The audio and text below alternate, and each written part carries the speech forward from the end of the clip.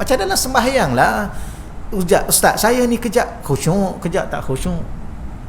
Maknanya khusyuk tu belum menembusi ke lubuk hati. Betul, akhir sekali kalau kita tanya soalan, saya ni kadang-kadang tak khusyuk, kadang-kadang khusyuk, kadang-kadang sikit aja khusyuk. Khusyuk ke tak? Tak tahu. Kadang-kadang tu pun khusyuk ke tak? Ke tak khusyuk juga lagi pun. Baru nak khusyuk baru. Tapi dah rasa khusyuk dah. Sebab kalau betul-betul khusyuk, dia tak akan hilang dalam hati tu. Apa makna khusyuk? Ingat Allah. Apa makna lalai? Khusyuk kan lawannya lalai. Sembahyang jangan lalai. Sembahyang kena khusyuk. Apa makna khusyuk? Ingat Allah. Daripada awal takbiratul ihram sampai bagi salam, ingat Allah. Dalam rukuknya, dalam sujudnya, dalam bacaannya. Apa makna lalai? Lupa Allah dan ingat kepada selain Allah. Itulah sebenarnya. Jadi sekarang ni khusyuk ke tak? Tengok shilling lah. Khusyuk ke tak? Tak tahu. Tapi maknanya kalau kita jawab sungguh-sungguh, tak khusyuk. Sebab dia masih duduk bermain di lapis. Kejap ada, kejap tak ada, kejap ada, kejap. Ada tak? Tak tahu.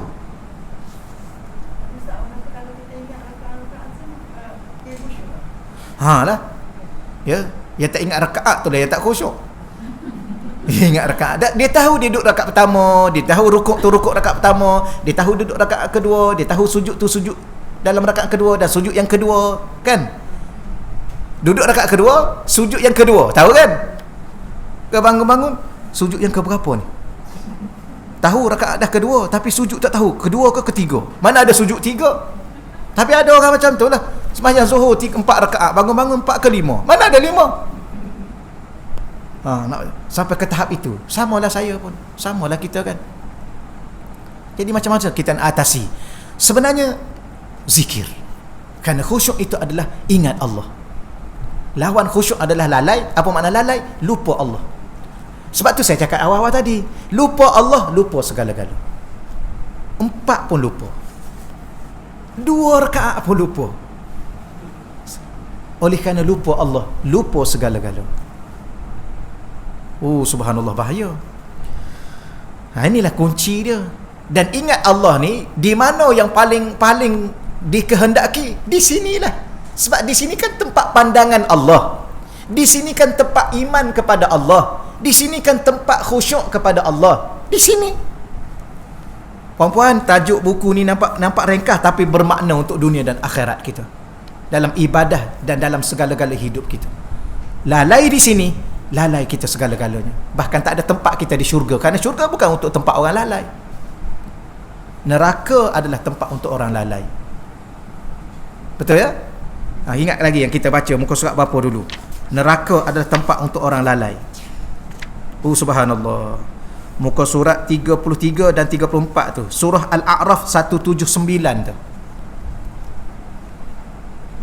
Walaqad zara'na li jahannam, kami akan masukkan ataupun kami akan isikan dalam neraka Jahannam.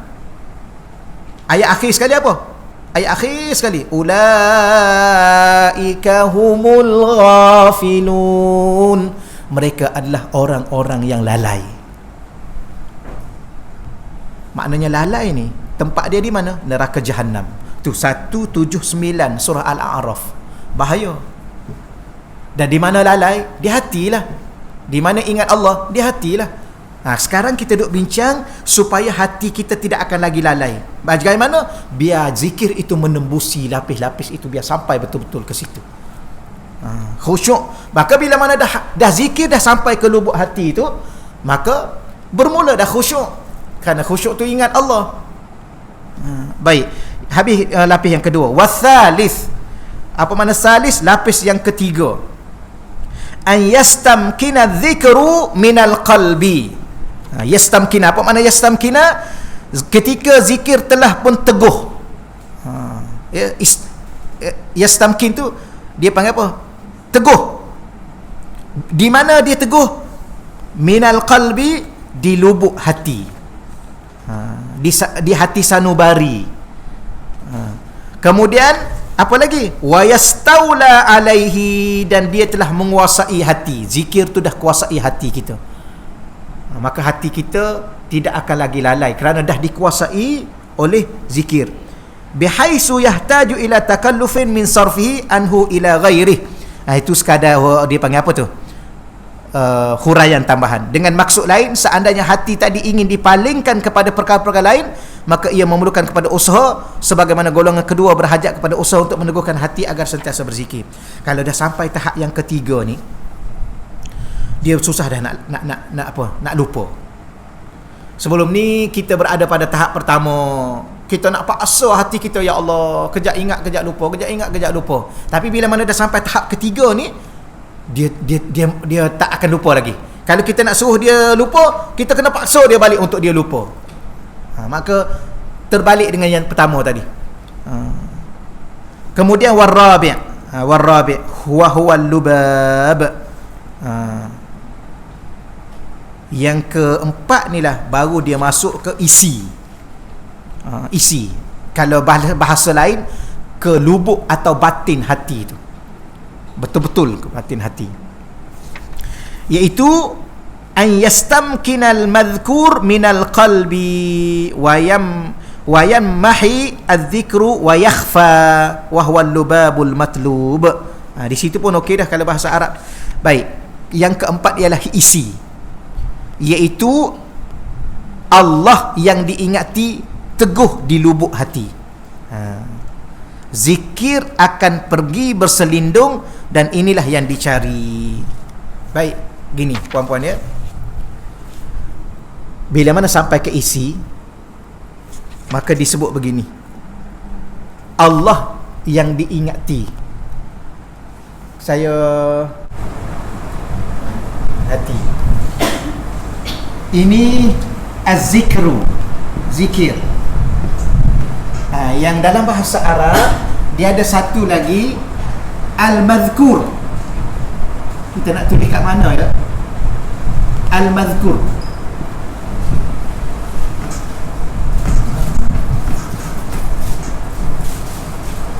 Apa makna zikir? Ingat. Apa makna madhkur? Yang diingati. Contoh, zikir la ilaha illallah. Ini kalimah zikir. La ilaha illallah ni kalimah zikir. Yang kita nak ingat, yang ni zikir. Yang ni kena tambah yang diingati. Siapa yang diingati? Allah. Maka contoh la ilaha illallah ni kalimah zikir. Kalimah untuk ingat. Ingat apa? Ingat Allah.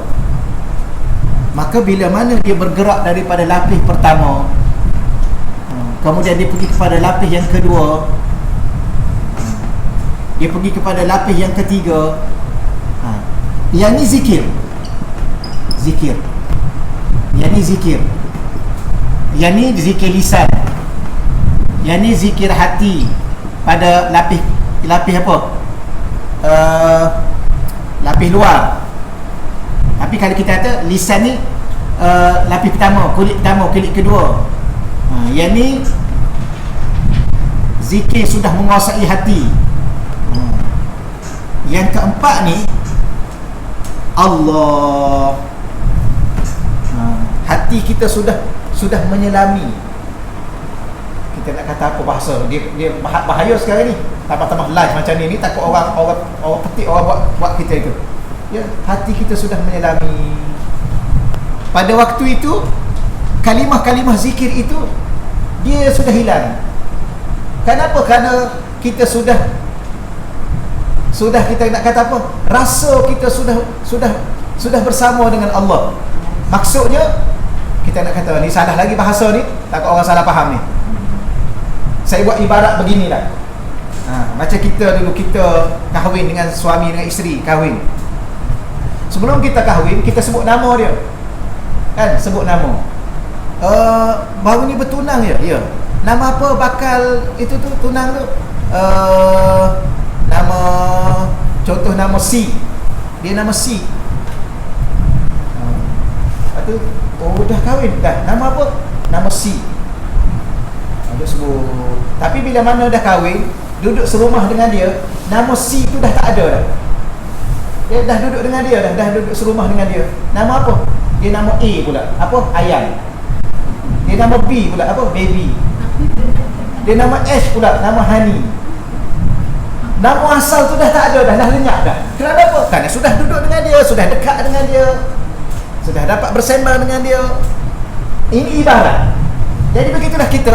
Sebenarnya yang kita duduk sebut subhanallah, alhamdulillah, wala ilaha illallah, itu kalimah untuk kita ingat kepada dia.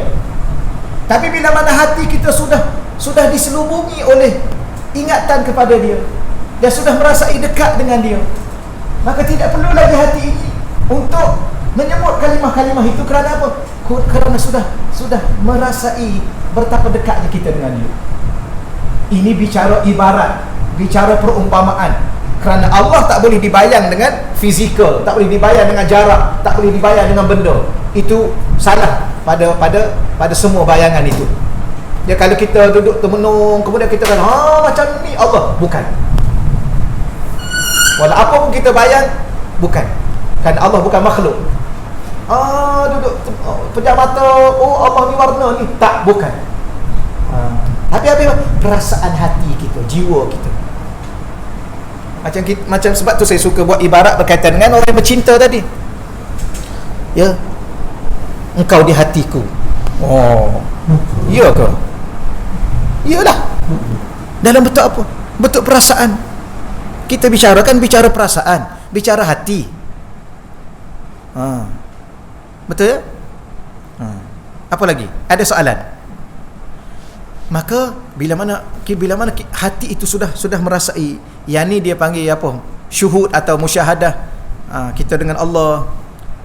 Sebab tu ada setengah orang tu dia duduk dia menangis. Kerana dia rindu pada Allah. Kadang-kadang dia dengar, dia tak sebut pun. Dia dengar Allahu Akbar, Allahu Akbar. Bergegar jiwa dia. Sebab hati dia, menangis dia.